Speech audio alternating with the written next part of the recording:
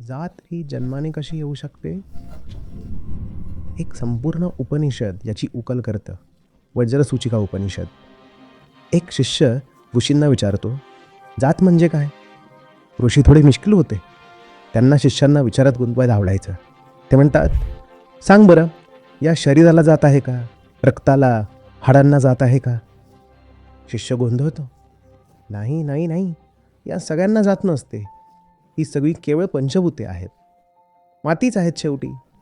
मातीला कशी जात असू शकते? बरं ठीक आहे, मग आत्म्याला जात आहे का? हे उपनिषद आहे, ही वेदांताची भाषा आहे.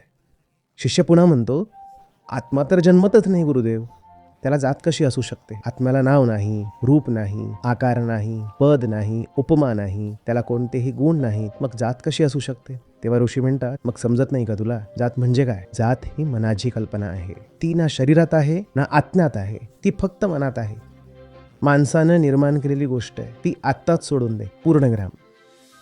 पण ती सोडण्यासाठी तुला आत्मज्ञान लागेल.